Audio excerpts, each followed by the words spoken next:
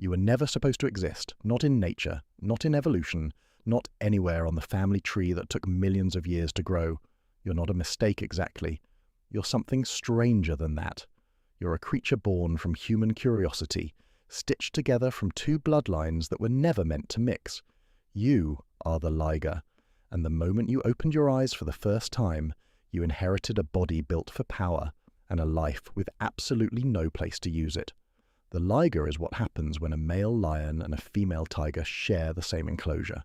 Half lion, half tiger, and entirely the product of captivity. In the wild, this pairing would never happen. Lions live in the open grasslands of Africa. Tigers live alone in the dense forests of Asia. Their territories don't overlap, their instincts don't align, and their entire way of life is built on opposite rules. One is built for the pride, the other is built for solitude. So when you combine them, you don't just create a bigger animal, you create a contradiction, a body that doesn't know which instincts to trust, born into a world that was never designed to receive it. Ligers don't appear through migration, adaptation, or natural selection. They appear through deliberate breeding, almost always inside zoos or private facilities, where lions and tigers are kept close enough to interbreed. This isn't evolution choosing a path forward, it's humans engineering an outcome for spectacle. Two apex predators, each perfected by millions of years of separate evolutionary pressure, suddenly forced into the same gene pool because someone wanted to see what would happen.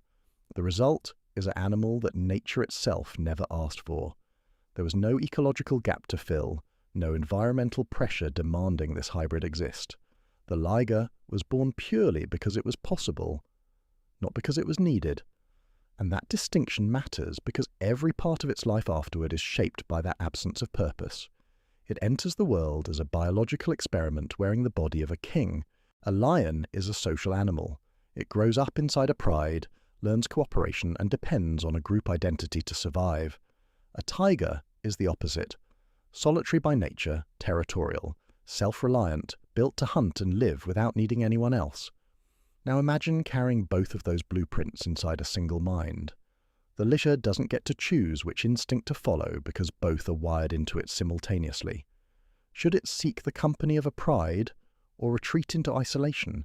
Should it roar to mark territory the way a lion does, or stalk silently the way a tiger does?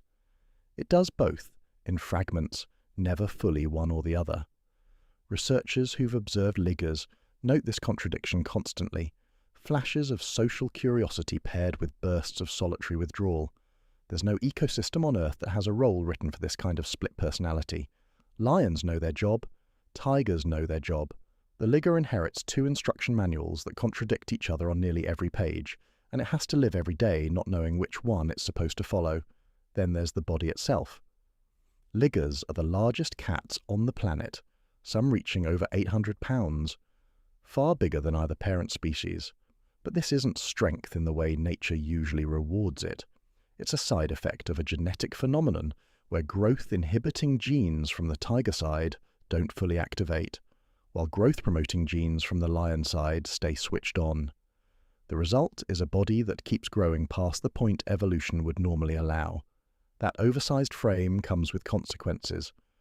Joint stress, mobility issues, heart strain, and shortened lifespans are common. This is a body built by accident, not by design. Strength without the structural support to sustain it. A Liger can be powerful enough to dominate any natural predator on Earth and still suffer quietly from the simple act of carrying its own skeleton. And where does all that unused power go? Nowhere. Ligers don't hunt, they don't migrate, they don't establish territory or build a pride. They live inside enclosures, fed on schedules, observed through glass, photographed by visitors who see a novelty rather than an animal in crisis. Every instinct built into their genetics, the urge to stalk, to claim ground, to test their own strength, has no outlet. Zoos can recreate scenery, but they can't recreate purpose. The Liger spends its entire life as the most physically capable predator in the building, and is never once allowed to be a predator. That gap between potential and reality is where the psychological toll lives. Stress behaviors, repetitive pacing, and signs of confinement-related anxiety have been documented in captive big cats generally, and Ligers denied even the social or solitary structure their parent species would normally have, face that isolation compounded. Lions don't fully recognize it as one of their own. Tigers don't either. It doesn't have a pride to return to, and it doesn't have the solitary territory a tiger would naturally claim and defend. It exists in a kind of permanent in-between, too unfamiliar for one species, too foreign for the other. There is no migratory path that includes a stop for ligers, no ecosystem with a niche carved out for them. They are, in the most literal biological sense, alone in the world, not because they chose solitude the way a tiger might, but because nothing else like them exists to share space with at all. So why does this continue happening? Mostly curiosity and the appeal of having something rare to display. There's no conservation purpose behind it. Ligers don't exist in the wild, and breeding them does nothing to protect either lions or tigers, both of which face real endangerment. It raises an uncomfortable question. Is it ethical to create a life this complicated purely because it's visually impressive? An animal doesn't get a say in whether it's brought into existence as a spectacle. The liger didn't ask to inherit conflicting instincts or an oversized body. It was simply made, and then left to live with the consequences. There's no future generation of ligers waiting in the wild to carry this forward. Male ligers are typically infertile, and even where female ligers can reproduce, there's no natural population to sustain. Whatever genetic legacy exists ends almost as quickly as it begins. No territory passed down, no pride inherited, no place in any food chain. The liger's purpose, if it ever had one, doesn't extend beyond its own lifetime. So what do we actually learn from the liger?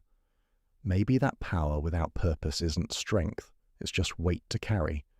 A body built to dominate with nowhere to direct that dominance. An identity split between two instincts, belonging fully to neither. The liger isn't a failure of nature. It's a reminder of what happens when curiosity moves faster than consequence. Nature spent millions of years drawing very deliberate lines between species, and somewhere behind a fence we decided to erase one, just to see what would happen on the other side.